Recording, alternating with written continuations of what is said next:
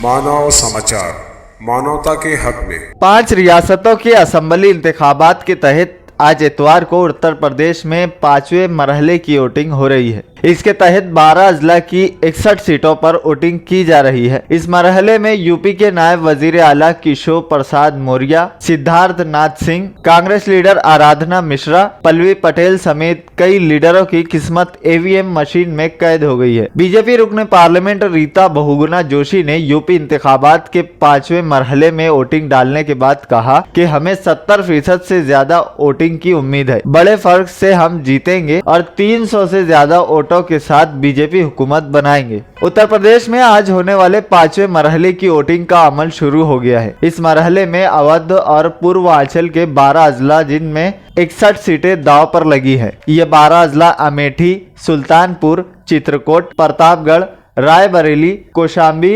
प्रयागराज, बाराबंकी, अयोध्या, बहराइच, श्रावस्ती और गोंडा है। भगवान राम का शहर अयोध्या भी इन 12 अजला में शामिल है, जहां राम मंदिर की तामीर एक बड़ा मसला है। मुमकिन है यहां बीजेपी के लिए जीत का बड़ा चैलेंज होगा। गुज़िश्ता इंतखाबात में तमाम सीटों पर बीजेपी का कब्जा था। अयोध्या को बीजेपी का मजबूत गढ़ समझा जाता है। 2017 में बीजेपी को भारी अक्सरियत मिली थी। बीजेपी के सामने चैलेंज ये है कि वो अपने साबका कारकर्दगी को एक बार फिर दोहराए। इसी के साथ साथ बाकी टीमें अपनी पुरानी कारकर्दगी को बेहतर बनाने के लिए लड़ रही हैं। ऐसे में तमाम पार्टियों ने अपने साबिक फौजियों को मैदान में उतारने का दावा किया है। 5वें मरहले में तमाम जमातों के साबिक फौजियों की साख दाव पर लग गई है। इन अजला के 217 के नतायज अनकरीब जाहिर हो सकते हैं।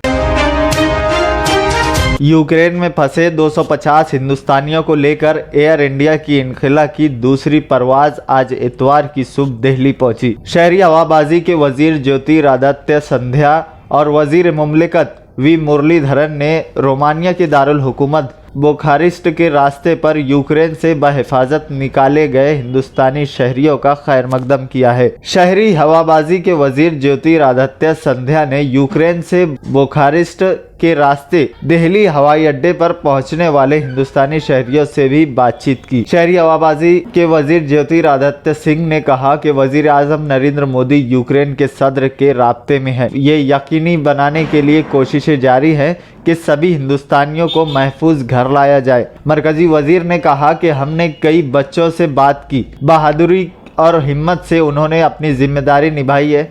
हमने इसकी तारीफ भी की। इनसे दरख्वास्त की गई है कि वो अपने शराकतदारों और दोस्तों को ज़रूर बताएं कि हुकूमत की ये मुहिम इस वक्त तक जारी रहेगी जब तक तमाम शहरियों को बहिफाजत हिंदुस्तान नहीं लाया जाता। उत्तराखंड हाईकोर्ट त्याल अंगेज तकरीर मामले में जेल में बंद जितेंद्र नारायण त्यागी उर्फ वसीम रिजवी को फिलहाल राहत नहीं मिल सकी है। अदालत ने हुकूमत से शरीक मुलजिम यति नरसिम्हानंद की मुजरिमाना रिकॉर्ड के बारे में मालूमात तलब की है। जज RC खबले की बेंच में इनकी दरख्वास्त पर समाअत चल रही है। शिकायत कुनिंदा की तरफ से कहा गया है कि मुलजिम का मुजरिमाना रिकॉर्ड है। इसके खिलाफ 30 से जायद मामले दर्ज हैं। इनमें संगीन जराइम भी शामिल है। इस पर अदालत ने हुकूमत को हिदायत दी कि नरसिम्हानंद के मुजरिमाना मामलात की मालूमात 4 मार्च तक अदालत में पेश करें।